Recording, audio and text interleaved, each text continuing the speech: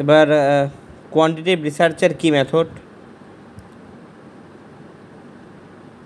যে quantitative research একটা systematic approach সংগ্রহ করা এবং অ্যানালাইজিং করা নিউমেরিক্যাল ডাটাকে।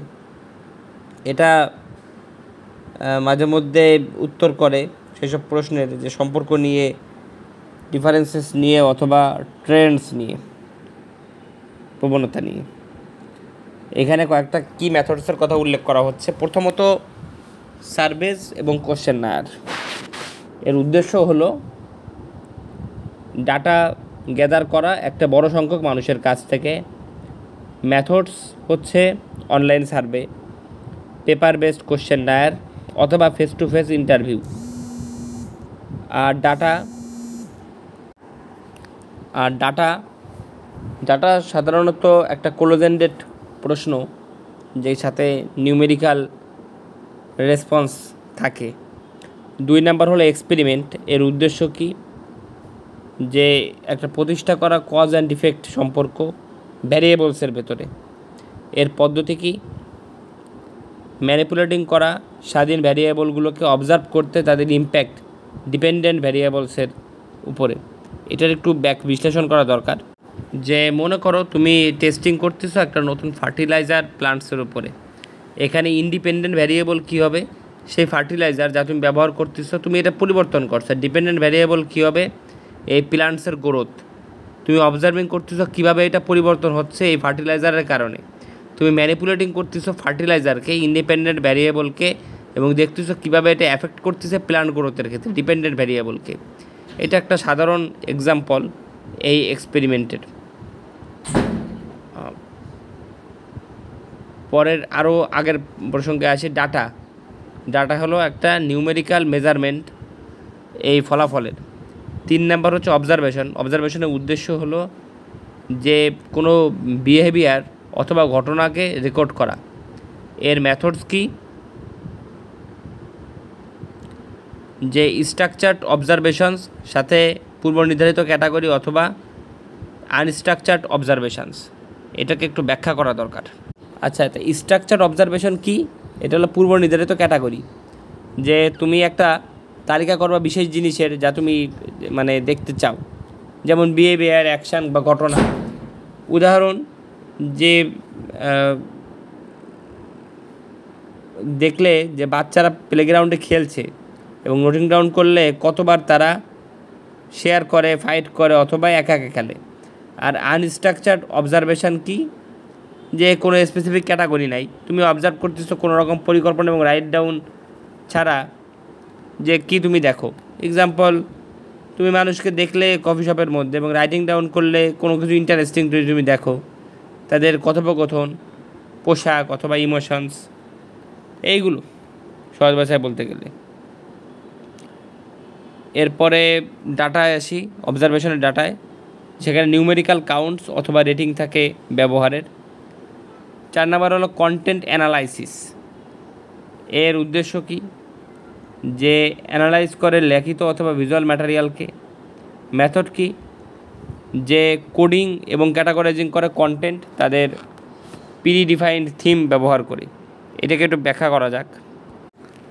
যে কন্টেন্ট অ্যানালাইসিস, হ্যাঁ, এটা একটা মেথড যে ব্যবহার করা হয় অ্যানালাইজ করতে লিখিত অথবা ভিজুয়াল ম্যাটেরিয়ালসকে। এর মধ্যে অন্তর্ভুক্ত আছে ব্রেকিং ডাউন করা কন্টেন্টকে ছোট ছোট ক্ষুদ্র অংশে, যেমন শব্দ, বাক্য অথবা ইমেজেসে, এবং তারপরে অ্যাসাইনিং করা এই অংশগুলোকে স্পেসিফিক ক্যাটাগরিতে অথবা থিমে যা তুমি বিফোরহ্যান্ড দেখতে চাও। উদাহরণস্বরূপ বলা যায়, যদি তুমি অ্যানালাইজিং করো কোনো নিউজ আর্টিকেল যে ক্লাইমেট চেঞ্জ নিয়ে, তুমি তখন ক্যাটাগরিসের দিকে যাবা, যে কজেস, ইফেক্টস, সমাধান এবং পাবলিক অপিনিয়ন। তুমি পড়বে প্রত্যেকটা আর্টিকেল এবং ডিসাইড করবে যে কোন ক্যাটাগরি যে এই আর্টিকেল ফিট করতেছে। এটা সাহায্য করবে তোমাকে বুঝতে মেইন টপিক এবং আইডিয়া যা ডিসকাস হবে। আবার আগের টপিকে আসি, কন্টেন্ট অ্যানালাইসিসের ডাটা কি, যে নিউমেরিক্যাল ফ্রিকোয়েন্সিস যে ডিফারেন্ট ক্যাটাগরিসে। এরপরে আছে সেকেন্ডারি ডাটা অ্যানালাইসিস। এর উদ্দেশ্য হলো যে অ্যানালাইজিং করা এক্সিস্টিং ডাটা যেটা অন্যরা কালেক্ট করছে। মেথড কি, যে ব্যবহার করা এক্সিস্টিং ডাটা সেটস, যেমন গভর্নমেন্ট পরিসংখ্যান অথবা মার্কেট রিসার্চ রিপোর্টস। এটাকে একটু ব্যাখ্যা করব। যে সহজ ভাষায় বলতে গেলে এর অর্থ যে ব্যবহার করা ডাটা যেটা অলরেডি কোনো ব্যক্তি কালেক্ট করেছে। উদাহরণস্বরূপ যে তোমার নিজের সার্ভে কন্ডাক্টিং করার জন্য তুমি তখন ডাটা ব্যবহার করবে সরকারের থেকে, যে একটা শহরের জনসংখ্যার ফাইন্ড আউট করতে, অথবা তুমি ইন্টারেস্টেড হবে একটা কনজিউমার ট্রেন্ডসের দিকে, তুমি তখন ডাটা ব্যবহার করবে মার্কেট রিসার্চ কোম্পানির দ্বারা। যে এই অ্যাপ্রোচটা আসলে সময় এবং অর্থ সেভ করে, কিন্তু এটা গুরুত্বপূর্ণ যে মেকশিওর করা যে ডাটাটা নির্ভরযোগ্য কিনা এবং প্রাসঙ্গিক কিনা তোমার রিসার্চ কোশ্চেনের সাথে। গেল।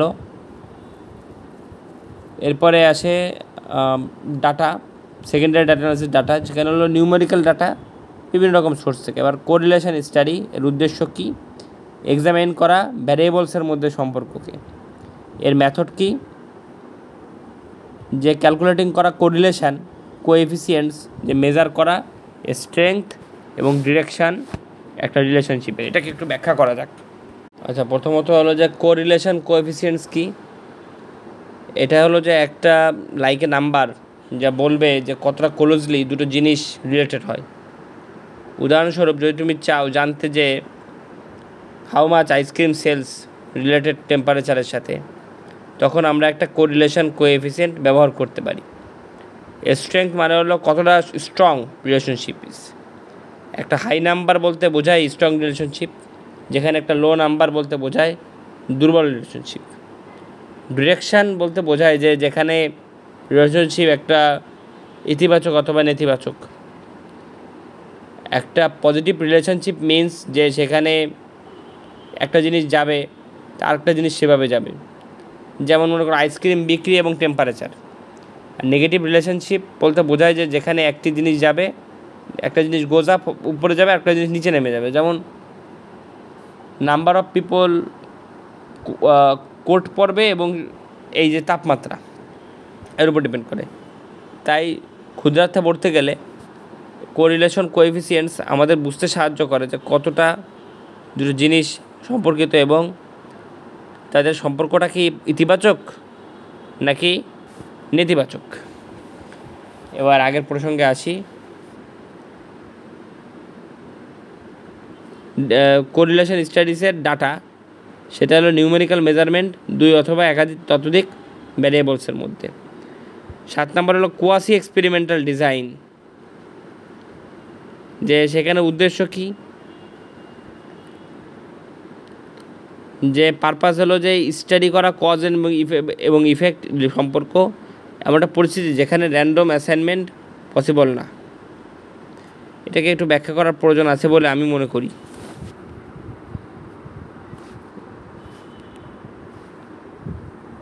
যে কোয়াসি এক্সপেরিমেন্টাল ডিজাইন, এটা ডিজাইনের এক্সপেরিমেন্টের মতো, কিন্তু উইথাউট যে অ্যাবিলিটি যে র্যান্ডমলি অ্যাসাইন করা মানুষকে গ্রুপে। এর অর্থ যে আমরা আসলে পুরোপুরি শিওর হতে পারি না যে এই পরিবর্তন নিয়ে আমরা যেটা ডিরেক্টলি দেখি ট্রিটমেন্টের কারণে হয়েছে। উদাহরণস্বরূপ বলা যায়, ইমাজিন করো যে স্টাডিং করা যে ইফেক্ট একটা নতুন টিচিং মেথডের স্টুডেন্টসদের টেস্ট স্কোরের উপরে। আমরা তখন র্যান্ডমলি অ্যাসাইন করি শিক্ষার্থীরা ডিফারেন্ট ক্লাসরুমে, যে একজনের উপর নতুন মেথড এবং একজনের উপর পুরনো। তাই আমরা হয়তো বা ব্যবহার করব এক্সিস্টিং ক্লাসেস এবং কম্পেয়ার করব তাদের স্কোর। যেখানে এটা সাহায্য এক্সপেরিমেন্ট মানে হেল্পফুল হবে, এটা ইম্পর্ট্যান্ট যে মনে রাখা যে সেখানে মাইট বি অন্য ফ্যাক্টর আছে, যেমন স্টুডেন্টসের অ্যাবিলিটি অথবা শিক্ষকের অভিজ্ঞতা, সেটাও ইনফ্লুয়েন্স করতে পারে এই টেস্ট স্কোরের উপরে। এবার আসি কোয়াসি এক্সপেরিমেন্টাল ডিজাইনের মেথড নিয়ে।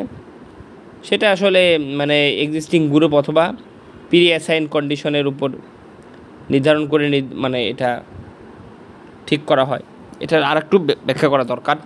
আগে বলেছে কোয়াসি এক্সপেরিমেন্টাল ডিজাইন এক্সপেরিমেন্টের মতোই, কিন্তু instead of randomly assigning people of group, যে সেখানে এক্সিস্টিং গ্রুপ ব্যবহার করা হয়। উদাহরণস্বরূপ যদি তুমি চাও যে স্টাডি করতে একটা নতুন টিচিং মেথড নিয়ে, তুমি তখন কম্পেয়ার করবা স্টুডেন্ট একটা স্কুলে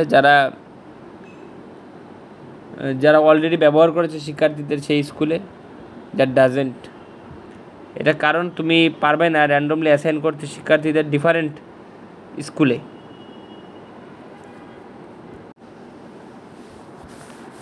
আর কোয়াসি এক্সপেরিমেন্টাল ডিজাইনের ডাটা হলো একটা নিউমেরিক্যাল মেজারমেন্ট ফলাফলের। কি ক্যারেক্টারিস্টিক এই কোয়ান্টিটিভ রিসার্চের কি? প্রথমত হলো নিউমেরিক্যাল ডাটা, যেটা আসলে মেজারেবল কোয়ান্টিটির দিকে ফোকাস করে। এরপরে আছে স্ট্রাকচার্ড পদ্ধতি, ব্যবহার করে পূর্ব নির্ধারিত প্রসিডিউর এবং ইনস্ট্রুমেন্ট। লার্জ স্যাম্পল সাইজ, মাঝে মধ্যে এর মধ্যে অন্তর্ভুক্ত হয় significant number of participants. Statistical analysis থাকে, এমপ্লয়িজ করে স্ট্যাটিস্টিক্যাল টেকনিক ডাটা অ্যানালাইসিস করতে। জেনারেলাইজেবিলিটি থাকে, যে লক্ষ্য থাকে যে একটা কনক্লুশন টানা, যেটা অ্যাপ্লাই করে একটা ব্রডার পপুলেশনে। এই কি মেথডগুলো বুঝে এবং তাদের চরিত্রগুলো বুঝে তুমি কার্যকরভাবে ডিজাইন করতে পারবে এবং কন্ডাক্ট করতে পারবা কোয়ান্টিটেটিভ গবেষণাকে অ্যাড্রেস করতে তোমার গবেষণা প্রশ্নে।